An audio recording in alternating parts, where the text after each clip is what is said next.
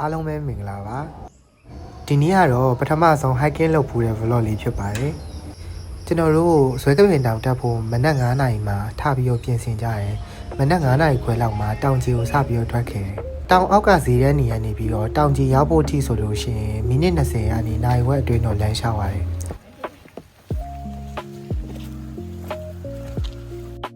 တောင်ကြီးရောက်တဲ့အထိတော့အကုန်လုံးတက်တက်ကြွကြွနဲ့မောသေးပဲတက်ခဲ့ကြတယ်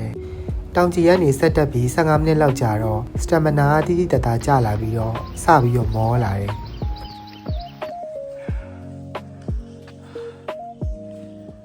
တော့စပြီးမောပန်းနေပါပြီ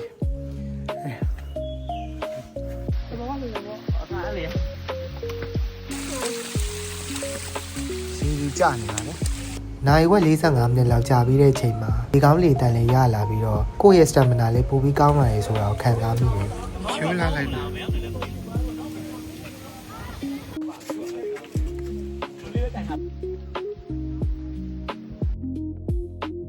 တကယ်တော့လေဘဝကိုဖြတ်သန်းရတယ်ဆိုတာလေတောင်းတတာနဲ့အလားတန်တူတူပါပဲဘဝမှာကျွန်တော်တို့ဖြတ်သန်းရမယ့်အရာတွေရှိတယ်စိတ်သက်သာအောင်အနားယူရမယ့်အချိန်တွေရှိတယ်ဒီလိုနဲ့ပဲတလဲစီဖြတ်သန်းရတာပါပဲ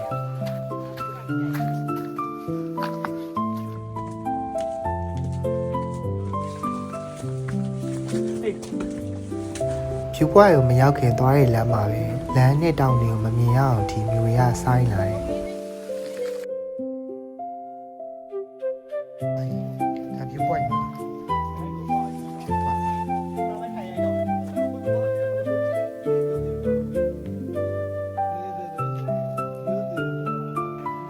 ချွေးရတော့ထွက်နေ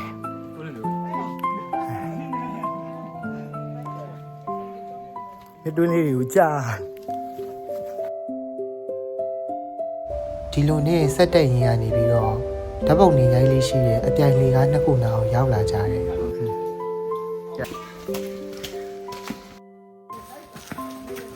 တောင်တက်ပြီးကြာလာတဲ့အချိန်မှာတော့မောရာပန်းတာမျိုးမဖြစ်တော့ဘဲနဲ့အမြင့်ကိုလှမ်းလိုက်တဲ့အချိန်လေးလေကားတက်တဲ့အချိန်လေးမှာခြေထောက်တွေဒူးတွေနာတာမျိုးပဲဖြစ်တော့တယ်ကျွန်တော်တို့အကြောင်းအတငယ်ချင်းတွေစုပြီးတောင်တက်တဲ့အချိန်မှာပဲတိုက်တိုက်ဆိုင်ဆိုင်IND ကကျောင်းသားဟောင်းတွေလူထားတဲ့အလူကပြေးကိုလည်းတွေ့ခဲ့ပါသေးတယ်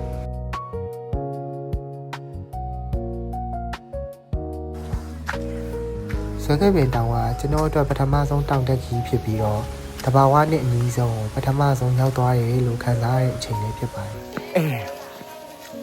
မောတယ်喂，发现了嘞。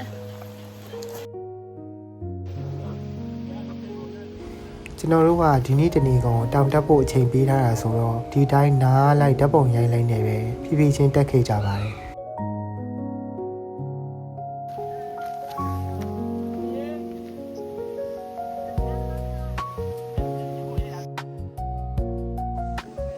အားရောက်ခတ်နေပါပြီထောင်းပါဒီလိုပုံစံမျိုးဖြစ်နေဒီတွားရမယ်ရောက်ပါတော့မယ်စနေတက်လိုက်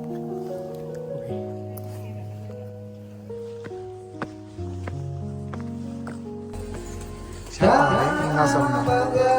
ခုနတိတ်မရှိတော့ဘူးတင်တာအစ်တရာလောက်ထပ်တက်လိုက်ရ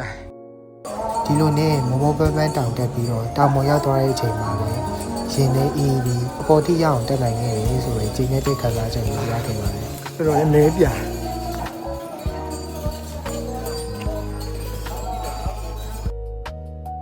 ဒီလိုနဲ့မနက်6 နာရီကနေစပြီးတောင်တက်ခဲ့တဲ့ခရီးကမနက်9 နာရီမှာတော့တောင်ထိပ်ကိုရောက်လာခဲ့ပါတယ်စားပြီးတောက်ပြီ